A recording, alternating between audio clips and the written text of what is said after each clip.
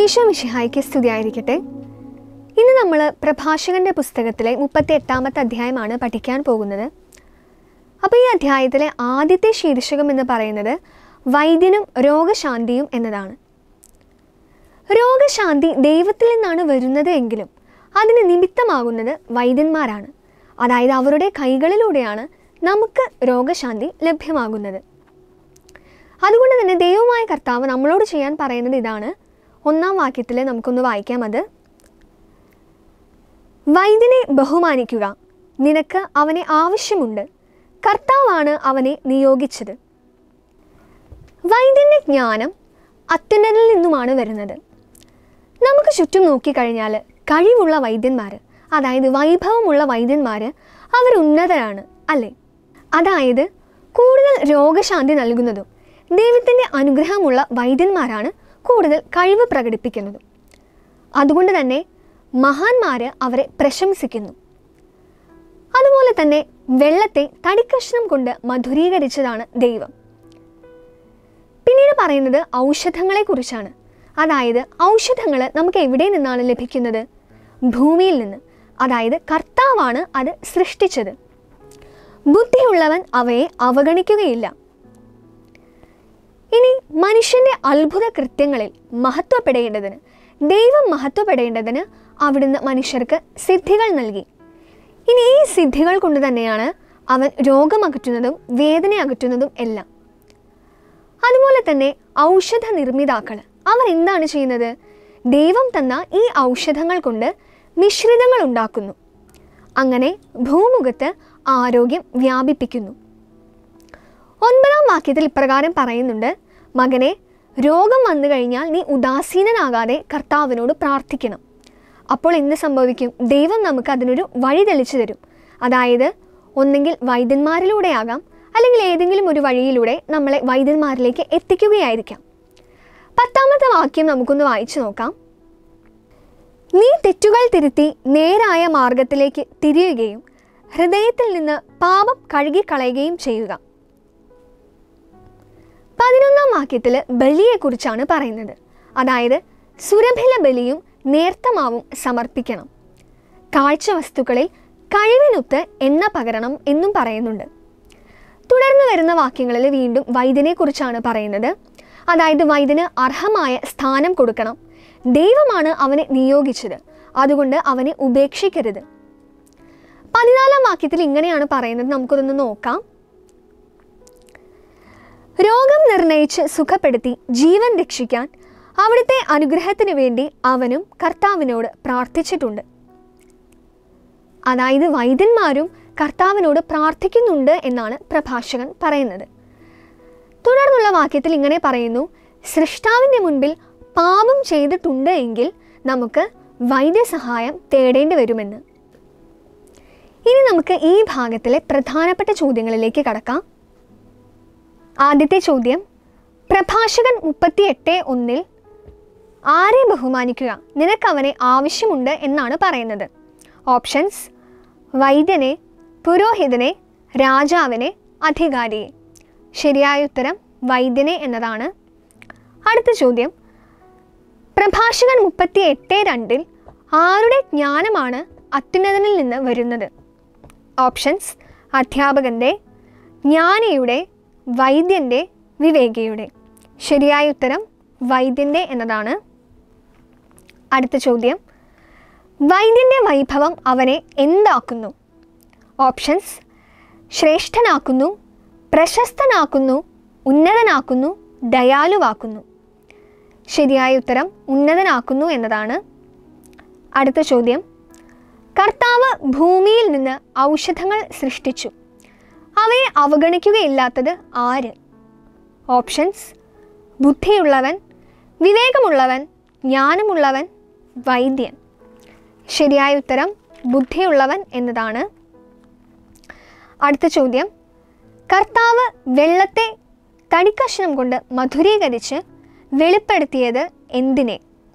Options: തൻ്റെ പ്രഭാവത്തെ, തൻ്റെ സൃഷ്ടിയെ, തൻ്റെ ശക്തിയെ, തൻ്റെ പ്രവാചകനെ. ശരിയായ ഉത്തരം തൻ്റെ ശക്തിയെ എന്നതാണ്.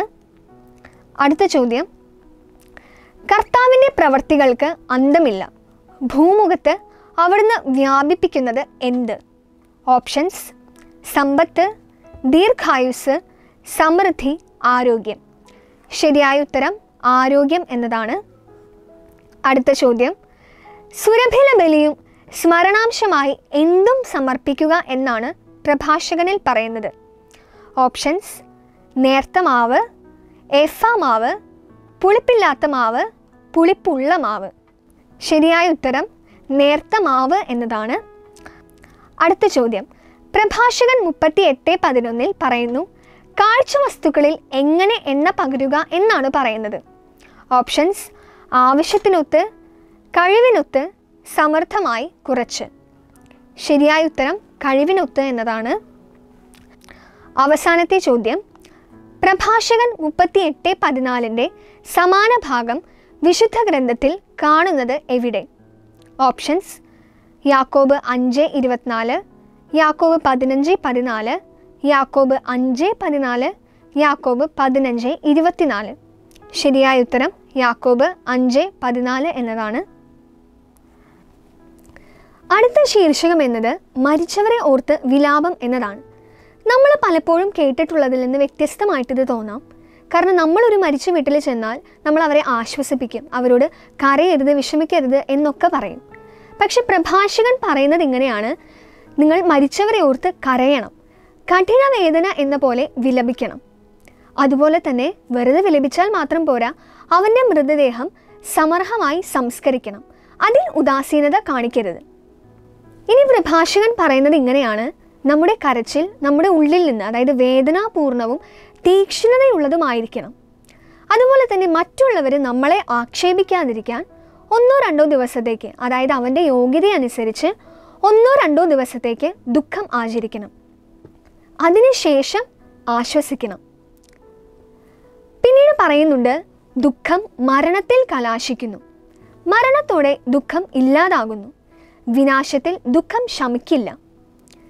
ദരിദ്രന്റെ ജീവിതം ഹൃദയഭാരം നിറഞ്ഞതാണ്. അടുത്ത വാക്യം നമുക്കൊന്ന് വായിച്ചു നോക്കാം. നിന്റെ ഹൃദയം ദുഃഖത്തിന് അധീനമാകരുത്, ജീവിതാന്തം ഓർത്ത് അതിനെ അകറ്റിക്കളയുക.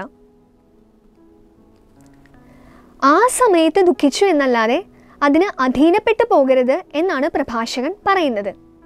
അതുപോലെ തന്നെ തുടർന്ന് വരുന്ന വാക്യങ്ങളിൽ ഇങ്ങനെ പറയുന്നുണ്ട്, മരിച്ചവരെ കുറിച്ച് തന്നെയാണ് വീണ്ടും പറയുന്നത്. അതായത് അവനെ അനുസ്മരിക്കുക, നിന്റേതും അതുപോലെ തന്നെ ആയിരിക്കും. അതായത് ആ സമയത്ത് ദുഃഖിച്ചു എന്നല്ലാതെ അതിന് അടിമപ്പെട്ടു പോകരുതെന്നാണ് പ്രഭാഷകൻ പറയുന്നത്. തുടർന്ന് വീണ്ടും മരിച്ചവരെ കുറിച്ച് തന്നെയാണ് പറയുന്നത്. അതായത് തിരിച്ചുവരവ് അസാധ്യമെന്ന് ഓർക്കുക. പിന്നീട് പ്രഭാഷകൻ ഇങ്ങനെ പറയുന്നു, എൻ്റെ അവസാനം അനുസ്മരിക്കുക, നിന്റേതും അപ്രകാരം തന്നെയായിരിക്കും. അതായത് ഇന്നലെ ഞാൻ, ഇന്ന് നീ എന്നായിരിക്കും.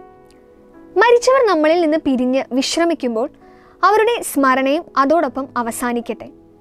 അതുപോലെ തന്നെ അവരുടെ ആത്മാവ് നമ്മളിൽ നിന്ന് വേർപെട്ട് കഴിയുമ്പോൾ നമ്മൾ ആശ്വസിക്കണം എന്നാണ് പ്രഭാഷകൻ പറയുന്നത്. ഇനി ഈ ചെറിയ ശീർഷകത്തിലെ പ്രധാനപ്പെട്ട ചോദ്യങ്ങൾ, അതായത് ലോഗോസ് ക്വിസിന് നമുക്ക് പ്രതീക്ഷിക്കാവുന്ന ചോദ്യങ്ങൾ ഏതൊക്കെയാണെന്ന് നമുക്കൊന്ന് നോക്കാം. ഒന്നാമത്തെ ചോദ്യം: മരിച്ചവനെ ഓർത്ത് നിന്റെ കരച്ചിൽ വേദനാപൂർണവും വിലാപം എങ്ങനെയുള്ളതുമായിരിക്കട്ടെ എന്നാണ് പ്രഭാഷകനിൽ പറയുന്നത്? ഓപ്ഷൻസ്: ദുഃഖമുള്ളത്, തീക്ഷ്ണതയുള്ളത്, സൗമ്യമായത്, മന്ദമായത്. ശരിയായ ഉത്തരം തീക്ഷ്ണതയുള്ളത് എന്നതാണ്. അടുത്ത ചോദ്യം: ദുഃഖം മരണത്തിൽ കലാശിക്കുമ്പോൾ ശക്തി കെടുത്തുന്നത് എന്ത്? ഓപ്ഷൻസ്: ഹൃദയവേദന, പട്ടിണി, ദുരിതം, മനോവേദന. ശരിയായ ഉത്തരം ഹൃദയവേദന എന്നതാണ്. അടുത്ത ചോദ്യം: വിനാശത്തിൽ ശമിക്കുകയില്ല എന്ത്?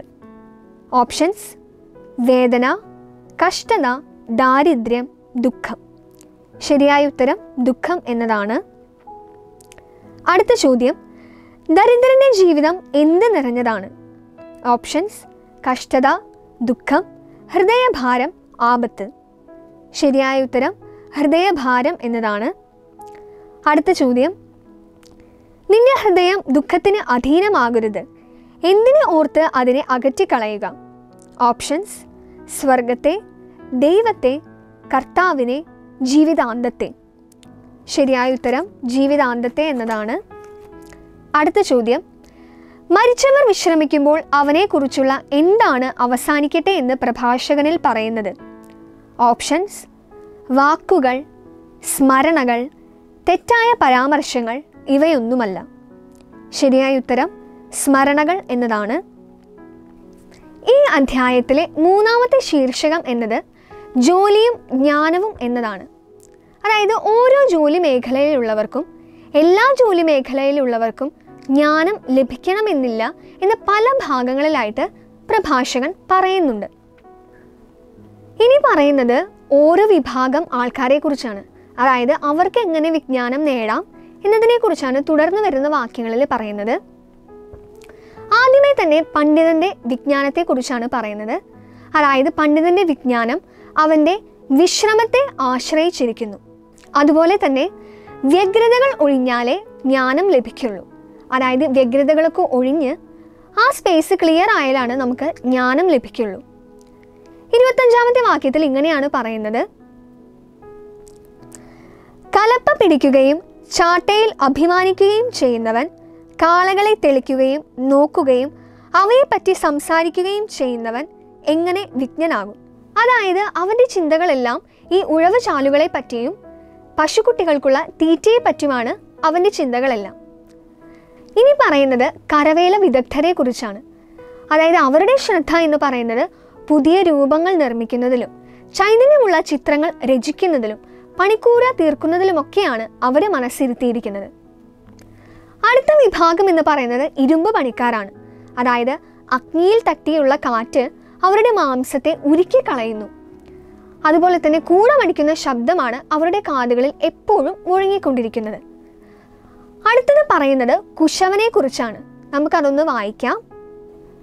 കാലുകൊണ്ട് ചക്രം തിരിച്ച് ജോലി ചെയ്യുന്ന കുശവനും അങ്ങനെ തന്നെ.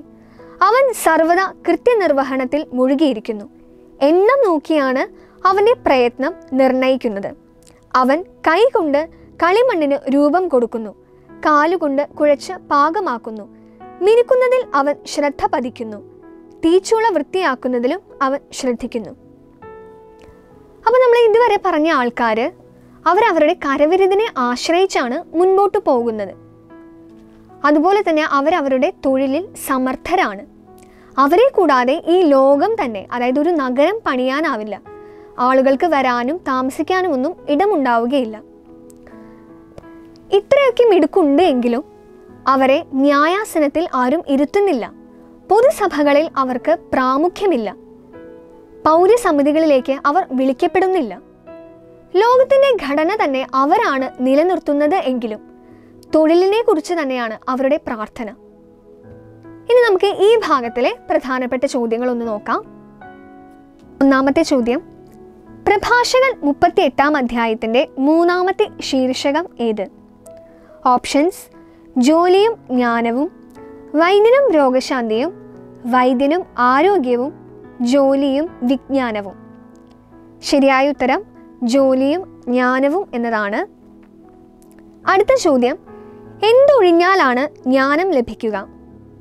ഓപ്ഷൻസ്: ജോലി, വിശ്രമം, വ്യഗ്രതകൾ, കഷ്ടതകൾ. ശരിയായ ഉത്തരം വ്യഗ്രതകൾ എന്നതാണ്. അടുത്ത ചോദ്യം, ഉലയൂതുന്ന ഇരുമ്പ് പണിക്കാരൻ്റെ കണ്ണുകൾ പതിയുന്നത് എവിടെ? ഓപ്ഷൻസ്: ഉലയിൽ, പണിയായുധങ്ങളിൽ, പണിത്തരങ്ങളുടെ രൂപഭംഗിയിൽ, അഗ്നിയിൽ.